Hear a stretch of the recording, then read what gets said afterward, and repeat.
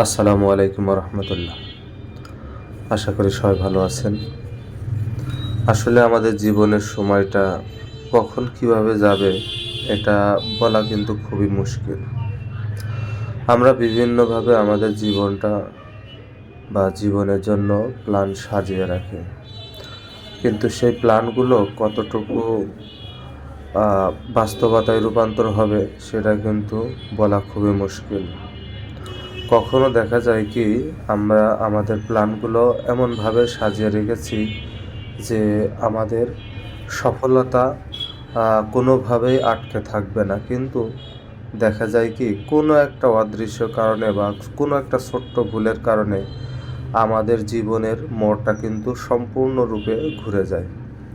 আমাদের যে প্ল্যানগুলো থাকে, প্ল্যানগুলো একেবারেই খুব সহজেই ব্যর্থতায় রূপান্তরিত হয়। সুতরাং এই সফলতা ব্যর্থতা সম্পূর্ণ আল্লাহ সুবহানাহু ওয়া তাআলার হাতে। তো আমাদের আল্লাহ পাকের উপর সর্বদা ভরসা রাখা উচিত এবং তার প্রতি তাওয়াক্কুল করা উচিত।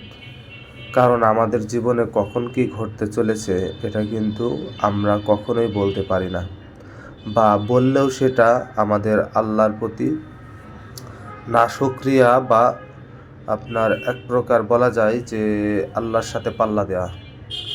সুতরাং আমাদের সবসময় প্রস্তুত থাকা উচিত যে আমাদের এই সমস্যা যে কোনো সময় আমরা সমস্যাতে পড়তে পারি।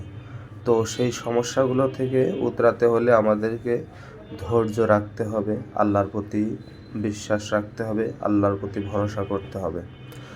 আল্লাহ তাআলার প্রতি যারা বিশ্বাস ভরসা রাখে তারা কখনোই ব্যর্থ হয় না।